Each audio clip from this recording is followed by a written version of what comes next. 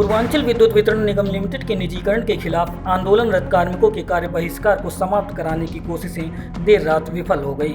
ऊर्जा मंत्री श्रीकांत शर्मा की उपस्थिति में जिन बातों पर सहमति बनी थी, उनके जाने के बाद बात बिगड़ गई। अपर मुख्य सचिव व पावर कारपोरेशन के सीएमडी अरविंद कुमार ने समझौता पत्र पर हस्ताक्षर करने से मना कर दिया।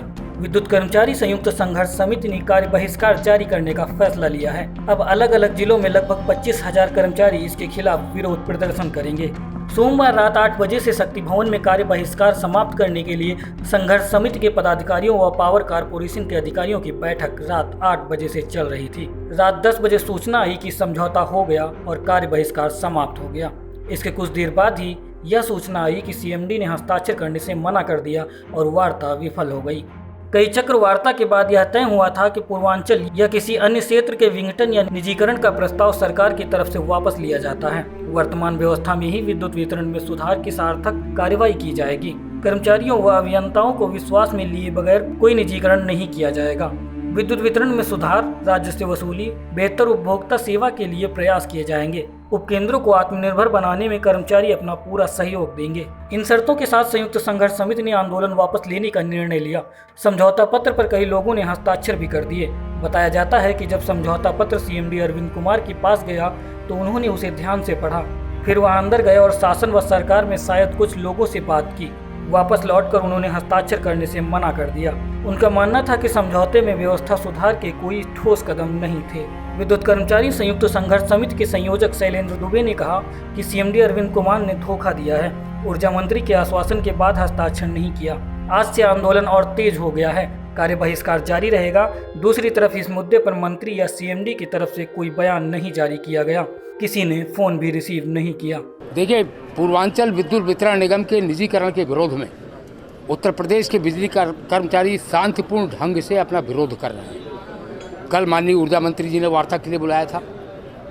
3 बजे से 8 बजे तक माननीय ऊर्जा मंत्री जी से कई चक्कर में वार्ता हुई और माननीय ऊर्जा मंत्री जी ने बिजली कर्मचारियों की इस मांग को कि वर्तमान व्यवस्था में ही सुधार किया जाए, जो उनका एक समझौता भी है अप्रैल 18 का।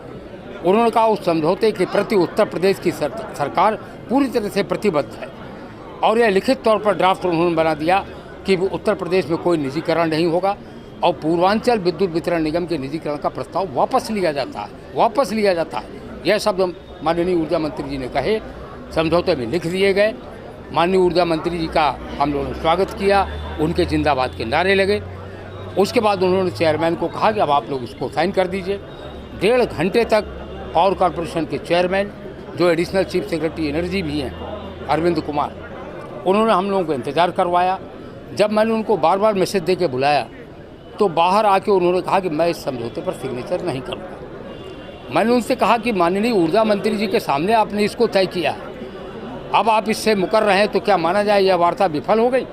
तो उन्होंने बहुत कैजुअली जवाब दिया कि हाँ, विफल हो गई। तो इस टकराव के लिए आज जो हो रहा है, इस टकराव के लिए केवल अरविंद कुमार जिम्मेदार हैं, जो अपर मुख्य सचिव ऊर्जा हैं, पावर कॉरपोरेशन के चेयरमैन हैं।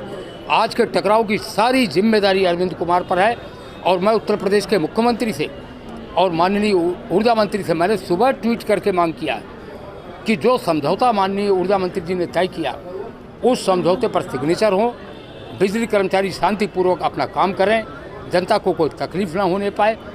और अब मैं मांग कर रहा हूं कि अरविंद कुमार को तत्काल हटाया जाए, क्योंकि उत्तर प्रदेश में बिजली के क्षेत्र में टकराव की जिम्मेदारी उनकी है। वह व्यक्तिगत रूप से हटवादिता पर अड़े हुए हैं। देखिए, हम जनता की तकलीफ को समझ रहे हैं, इसलिए आज फिर मैंने लोगों से अपील की है कि पेयजल आपूर्ति कहीं संकट में न पड़ने पाए। अगर कहीं पेयजल आपूर्ति पर संकट आएगा, हम उस बिजली को जोड़ेंगे।